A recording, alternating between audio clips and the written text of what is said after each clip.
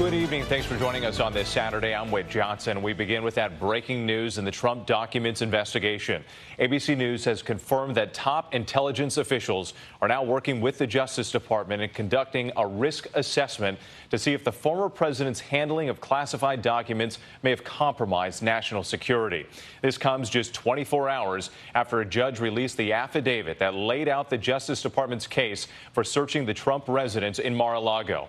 In it, the FBI said there was probable cause to believe that evidence of obstruction would be found. The National Archives spent more than a year trying to recover documents that the former president had taken to Palm Beach. According to the affidavit, 15 boxes of documents were turned over in January, 14 of which contained classified information. It also described a haphazard storage system at Mar-A-Lago with top-secret documents mixed in with newspaper and magazine clippings. But in that affidavit, whole pages blacked out to protect witnesses and the integrity of the investigation. Former President Trump insisting he did nothing wrong, and late word tonight on his request to a federal judge to appoint a special master to review the documents recovered. ABC's Mary-Alice Parks leads us off from Washington.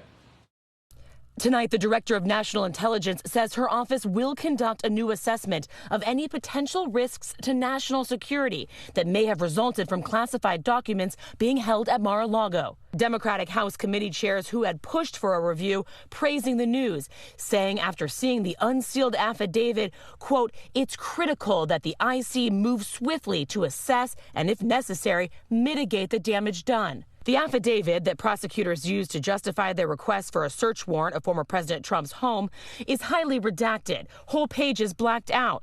But between the lines, a glimpse into what concerned investigators.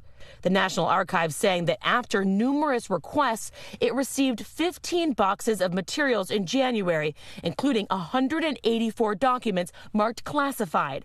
The classified material was allegedly unfolded, intermixed, and not properly secured at Mar-A-Lago. And some of the documents found had information from clandestine human sources dealing with the nation's spies. I asked President Biden Friday if national security could have been compromised. We'll let the Justice Department determine that. In a memo, the Justice Department explaining those heavy redactions, writing, the government has well-founded concerns that steps may be taken to frustrate or otherwise interfere with this investigation if facts in the affidavit were prematurely disclosed. Before the search earlier this month, the Justice Department asking the Trump team again for remaining materials, even issuing subpoenas and sending agents again to Trump's home in June. Despite repeated efforts for the government to have that government property returned, the former president and his team refused to comply. The DOJ concluding in the affidavit that it needed a search warrant because it believed more national defense information was still at Mar-A-Lago. Trump reacting to the affidavit's unsealing on conservative radio Friday, bashing the investigation and claiming again that he did nothing wrong. It's a disgrace. Our country's a wreck.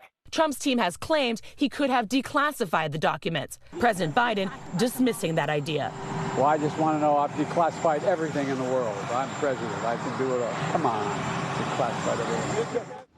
Those words, that response from President Biden. Mary-Alice Parks joins us now from outside the Justice Department. And Mary-Alice, Trump's legal team had filed a motion to appoint a special master to review those items removed from his home at Mar-A-Lago. And you're now learning how a federal judge may rule on that. Yeah, the Trump team did file a new motion on this last night. The judge appointed by Trump had seemed really annoyed that the first request lacked basic information and details. But still today, she is suggesting at least that she's inclined to grant this request. She's scheduled a hearing for next week. Whip. Mary-Alice, thank you.